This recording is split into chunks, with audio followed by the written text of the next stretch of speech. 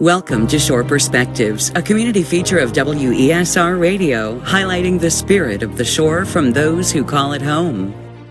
My name is Carolyn Morris, born, bred, reared, and fed on the eastern shore of Virginia in Eastville, Virginia. Like I tell people, I had a great life. I was poor, but I had a great life. Everybody in my little neighborhood, in fact, the house I was born in is still standing.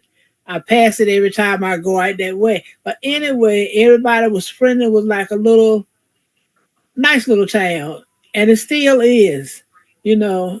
The children, we didn't fight like we see some children fighting. Although, we went different schools, but we were still all friends. Oh, I went to the dance halls up and down the shore. I wasn't a homebody. They called me the road runner. Believe it or not, in the summertime when we went to work, and we worked on GL Webster's farm, and all the kids was out there. And one of the funniest incidents was, they always had this transplant, and they would say and tell me, they would say, go get Burley Morris' daughter and tell her to bring her girls. So the older people were sort of jealous. And they said, them girls ended up playing over there because we were going up and down the road singing and everything.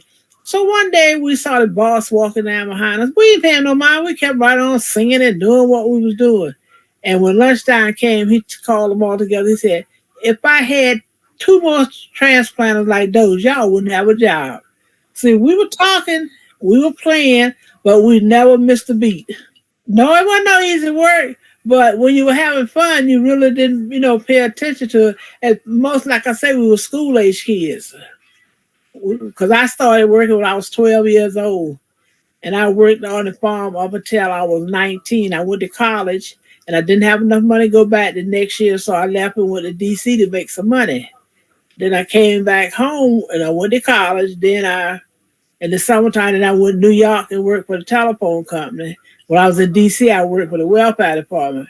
Then I came back home, and then I went back to college. Then I worked in college on work study. But some of the challenges, I guess, was I had a big mouth. And like when I was in college, when I first got there, they had me taking high school math. I told my mom didn't send me to school, college to take high school math. They said, well, you flunked the test. I said, I don't know, because I said math was my favorite subject. He said, well, you made an A in English. I said, what dummy can't write about something they know? Because I wrote about the Chesapeake Bay Bridge Tunnel, because it was just built, good. Because I went to school in 66. And so he said, you got an A on that. I said, well. So he said, I tell you what, you get me some students, we're going to take this test over again. When it came out, I had passed the first one from the beginning. It was a computer glitch. I said, that's why you need to go by hand. So then he put me in there. And then when I had business math, the lady had a problem. She only passed. She gave 1 an A, 1 a B, 1 a C, and 2 a D.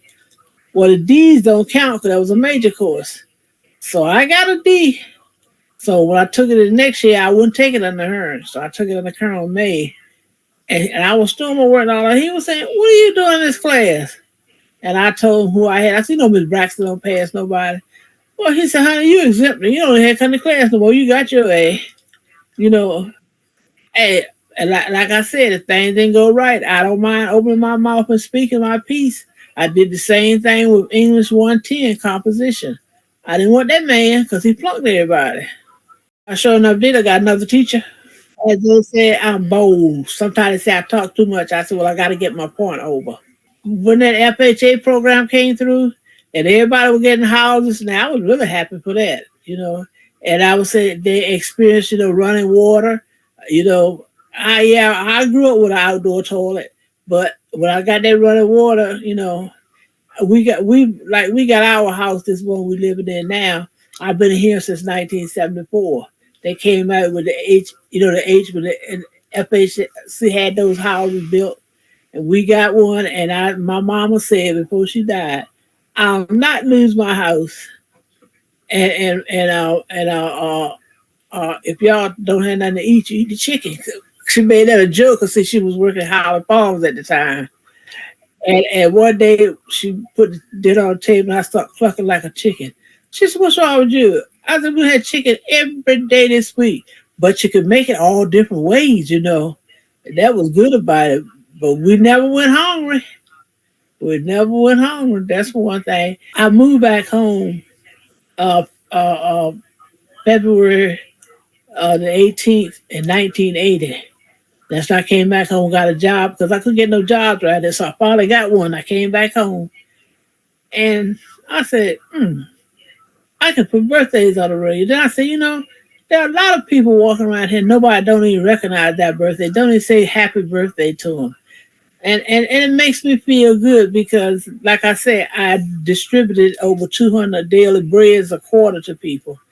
And I put that birthdays on. And not only do I put it on the radio, see, I have more than you here because I put them on Facebook too.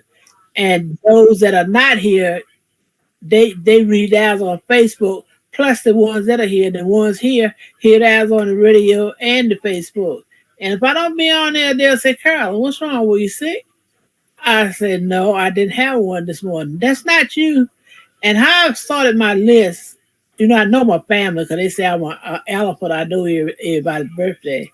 I'll be sitting around like, how I got yours. They said to you on the radio one morning. I said, she thinks she's smart. Next year she's going to hear from me. That's where I got Charlie Russell's and Charlie Russell's wife put his on. I said, they got me. And I have a book. See, I get my little planner. Every year I get a new planner. And you see, I write everybody's name in it. You might not can see it because I write it like, but I write everybody's name for each day. And then I check off the ones that go to the radio. And I get up, I'd be ready to make my first try to dial in at 6:30 because I think the news is just about off by then. Because I want to make sure I get in. If I have to dial up till the last minute, I'm going to dial it. Because I had one incident. This was I guess about over 20 years ago because I was still working. And it just happened to be Valentine's Day. And this guy here had so many calls. And I called and he snapped at me. I said, well, guess what? You don't have to take mine. I'll find some other way. Then he apologized. So the next day, another person, I think John Thomas answered the next day. And I said, well, it's good to have a person. He said, well, he was probably had so many he was tired. I said, I tell you what, tell him to get another job. Because if you dare to take birthdays, if it's 100, you're supposed to take them. He said, I don't know what I'm going to do with you. My mouth, put it as it is. I had a spinal stenosis, and that was 22 years ago. I came through it. They told me for a 2-hour surgery, I ended up 7.5 surgery and was on the ventilator. I've had hysterectomy. I was on a ventilator. I had colon cancer 12 years ago. Thank God I'm cancer free, and I was on a ventilator. I had I just had bladder cancer. Cancer free, thank God. And he's brought me through everything. And I said, if he can do this for me. And when he stopped me from working, I was 54 years old.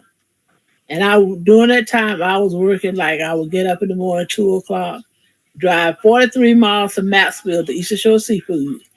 Work there, get off 10 o'clock sometime at night, go back home, get up next morning, do the same thing, 5 days a week, sometimes 6 days. And he carried me up and down that road. I never had an accident. I was never late. And I got, even when I got down, and he said, okay, you don't work long enough, this man. Come on home and work for me. And that's when I came home and I put more in. I was working because I've been a member of my church for 64 years. I was working, but I was still, wasn't doing 100%. And now I'm a lifetime missionary. I go all over. And my latest project right now is we've adopted the schools in Northampton County. But now we've taken one teacher out of each school and furnished our rooms because, they have by their own supplies. And so we're going to do that for them. And we do what we call taking it to the streets. We take bag lunches and go to certain areas like the Sawmill and the Expo Battle, the Heritage Acres, all the places like that. And see everybody along the street, we have a bag meal if they want it. We do that about 4 times a year. That's for my missionary society. And then we also are partnered with the United Methodist Church, and they got what is known as a doctor block. And what they do, they give you anything you need. They provide for it free of charge. And that food bank they'll start giving food so they don't have to give food. Now I don't get out there in that action of the doctor block, but I make donations. You know, they need, like they need toilet paper, anything that you need to run your household. I mean, if you need a bed, we'll find you one, free of charge, to make it light on you, light on the situation. And then when I work with the NAACP, just before election, we'll have a booth called Souls to the Poll, try to get people out there registered. Because I feel like this: if you don't vote, don't talk to me, because you had your chance to try to make a difference and you didn't. And I work with that, and then I have another club that provides scholarships to people. I work with that club. Hey, they would say, Carl, say how you know so much and get around so much, know so much, and you supposed to be handicapped. I said, God didn't tell me I was handicapped. He just told me to slow down. Hey, hey, if I get tired, you push me on my walker or you pull me in the wheelchair, I'm going. There ain't no need to sit home crying pity patty because I'm still alive. Because there's someone worse off than me.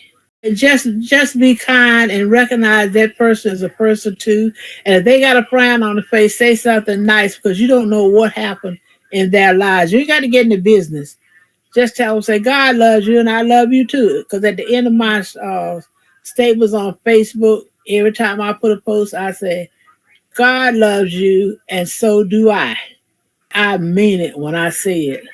And like I say, I don't like see frowns. I don't like see tears, unless they're tears of joy.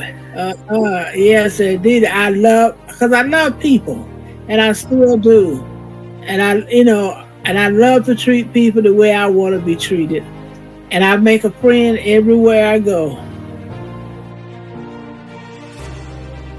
For Shore Perspectives and WESR Radio, I'm Kelley Gaskell.